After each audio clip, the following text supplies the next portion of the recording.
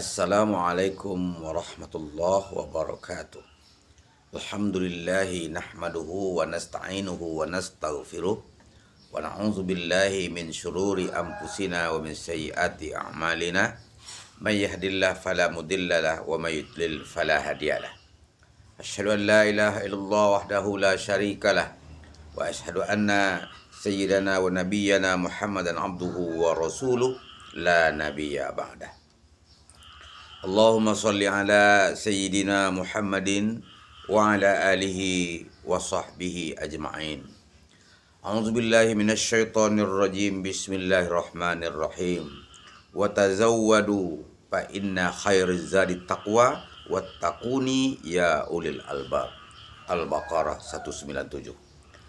Para pemirsa dimanapun berada yang dimuliakan Allah, kita bersyukur kepada Allah, bersalawat kepada Rasulullah. Allahumma salli ala Sayyidina Muhammad wa ala ali Sayyidina Muhammad. Pada pagi ini saya akan ambil satu potong ayat dari dalam surah Al-Baqarah ayat 197.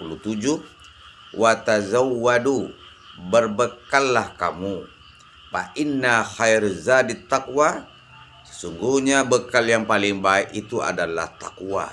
Wattaquni ya ulil albab, dan bertakwalah kepadaku hai orang-orang yang berakal.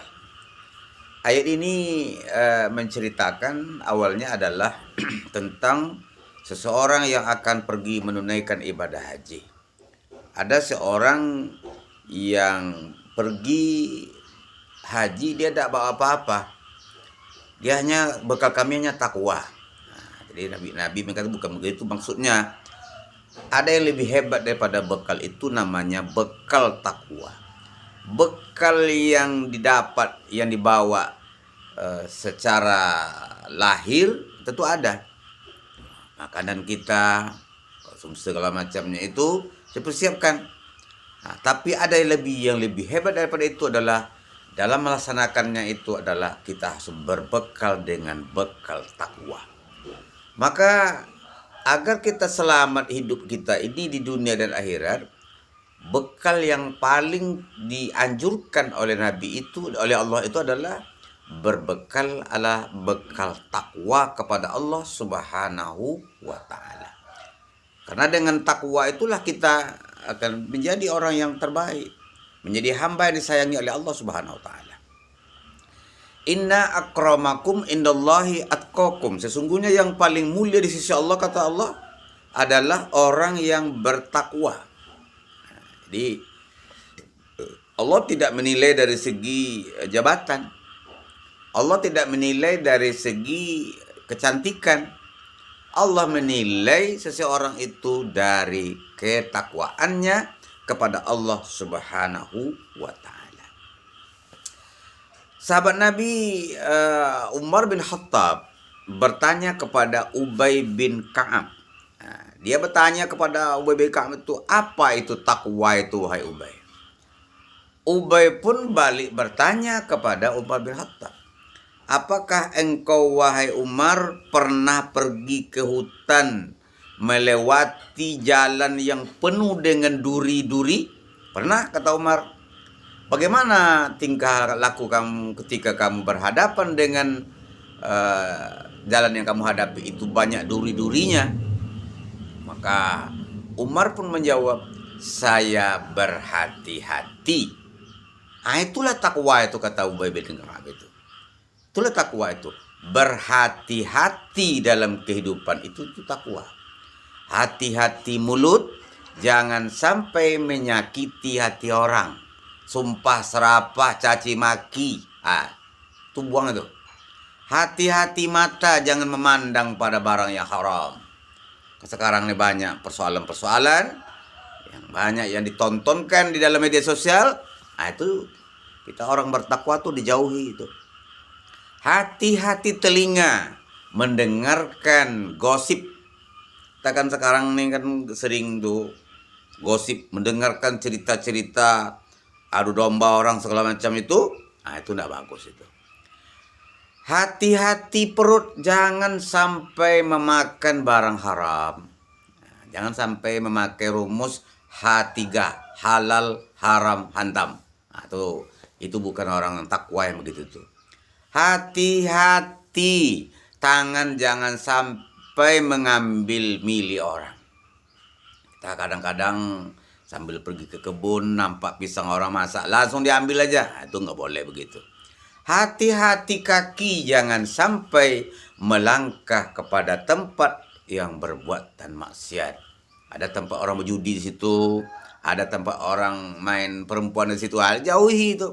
Orang yang bertakwa itu senantiasa berhati-hati. Hati-hati hatinya, pikirannya. Jangan sampai mengandung unsur kebencian kepada siapapun. Itulah dia takwa itu. Maka kalau itu kita lakukan, kalau itu kita berhati-hati dalam hidup ini, insya Allah hidup kita selamat dunia dan akhirat. Bapak ibu-ibu yang saya hormati, lain lagi menurut Ali bin Abi Thalib. Ali bin Abi Thalib, Sayyidina Ali bin Abi Thalib radhiyallahu anhu. Ya. Dia mengatakan yang takwa itu adalah al-khawfu minal jalil.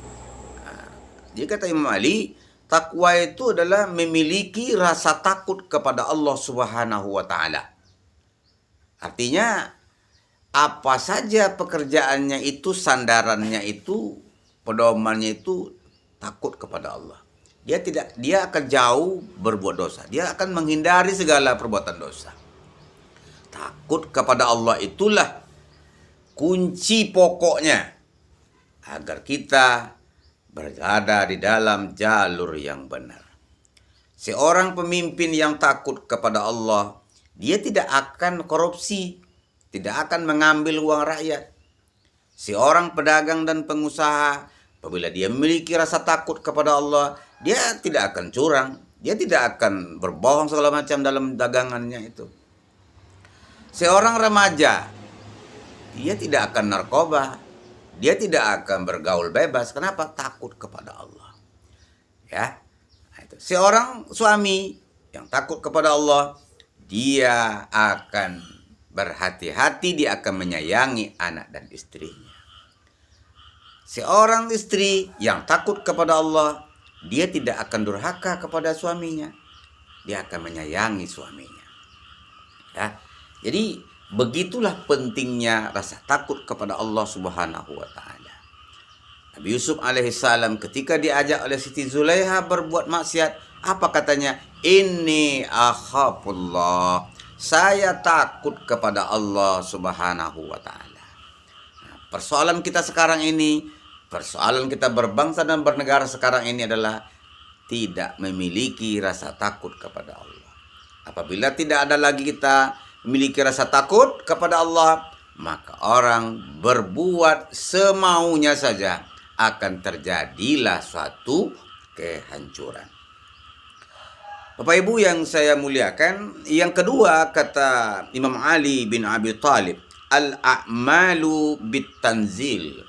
Beramal dengan apa yang diwahyukan oleh Allah Subhanahu wa taala.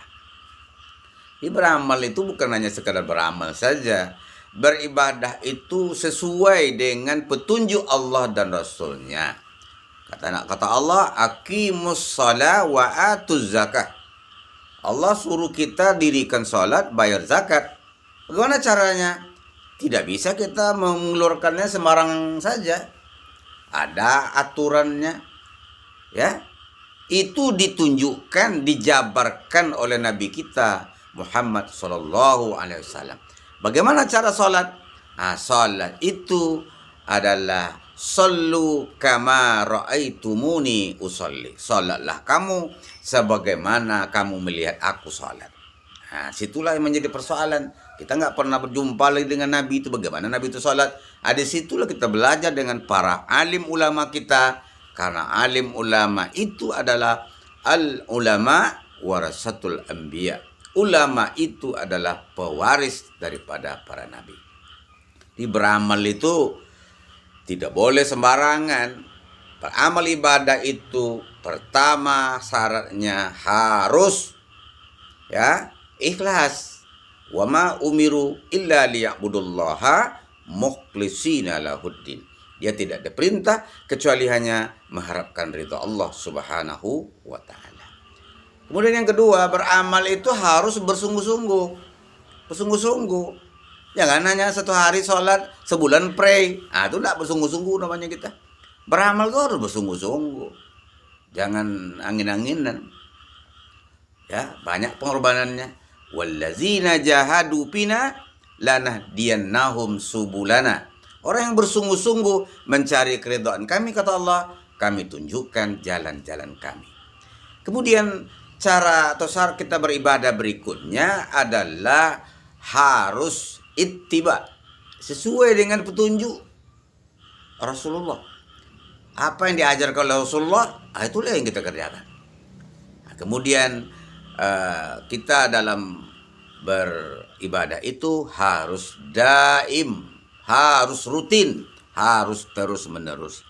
Sedekah hari ini 100.000, 10 tahun tidak bersedekah lagi. Itu tidak baik. Biarlah kita sedekah 10.000, 1.000 satu hari ini. Tapi setiap hari kita bersedekah. Lebih baik daripada bersedekah 100.000, tapi 10 tahun dia tidak bersedekah lagi.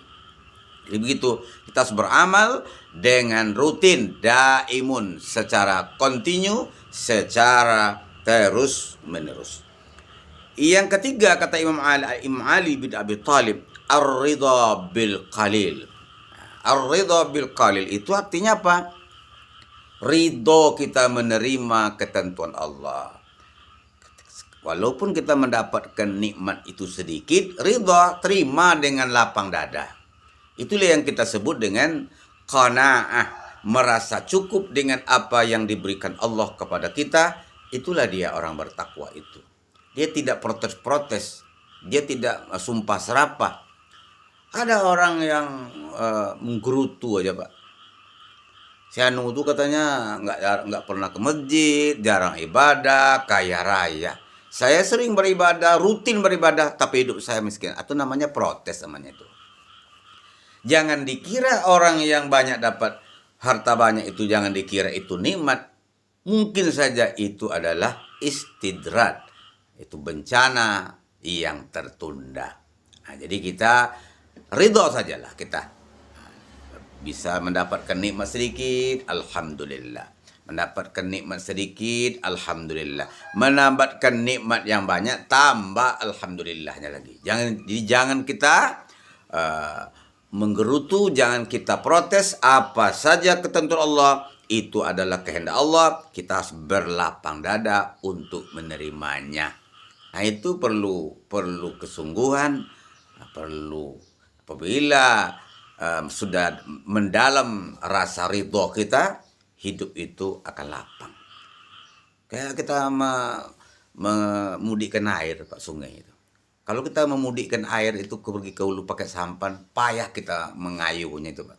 Tapi kalau kita hilir, ikuti saja air mengalir, kita akan senang saja. Ikuti saja. Ya, di mana liku-liku kehidupan itu, di sana ada hikmah dari Allah Subhanahu wa taala. Yang terakhir adalah al-isti'dadu li yaumir rahil. Bersiap-siap untuk menghadapi kematian, memperbanyak bekal untuk kematian. Orang bertakwa itu senantiasa memperbekali dirinya dengan banyak beribadah, karena hidup kita itu akan berakhir dengan kematian. Kullu nafsin za'iqatul maut. Setiap yang bernyawa itu akan mati. Maka orang bertakwa itu mempersiapkan dirinya, fastabiqul khairat, berlomba-lomba berbuat kebajikan. Apalagi kita masih dalam suasana Idul Fitri 1446 Hijriah ini.